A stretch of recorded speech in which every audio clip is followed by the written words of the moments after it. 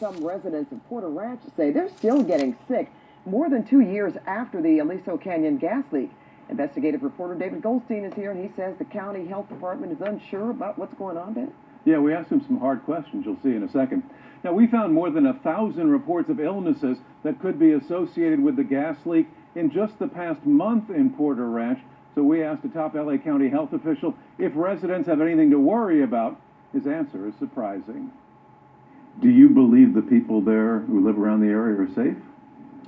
It's hard to say. Safety is an unanswered question at this point. Angelo Bellomo with the LA County Health Department says he can't reassure Porter Ranch residents that they're safe. We have our concerns about ongoing risk at that facility.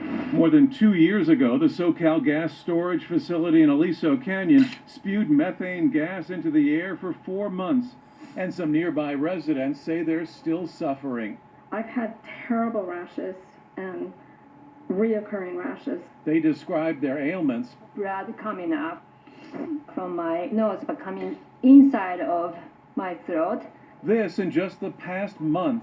I had severe stomach problem. No one's coming to study what's happening. And some say there could be a correlation between the symptoms and what's happening currently at the facility. This private fence line monitor measures methane concentrations in someone's backyard below the site.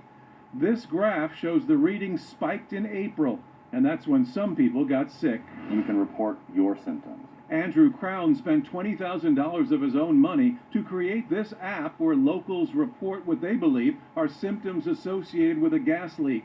For 5 consecutive days in April, the same days the methane monitoring spiked, his app showed more than 1,500 reported symptoms, the most since he created it last October. You have to take this into account.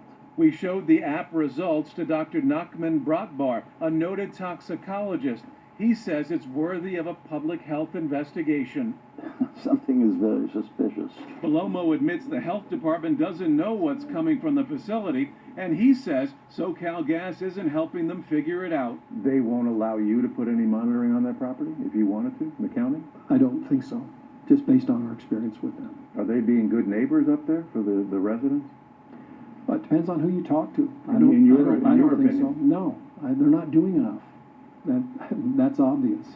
In a statement, SoCal Gas says all of the data collected and analyzed by public health officials over the last 2 years have shown that there was and is no long-term risk to public health or safety from the gas leak.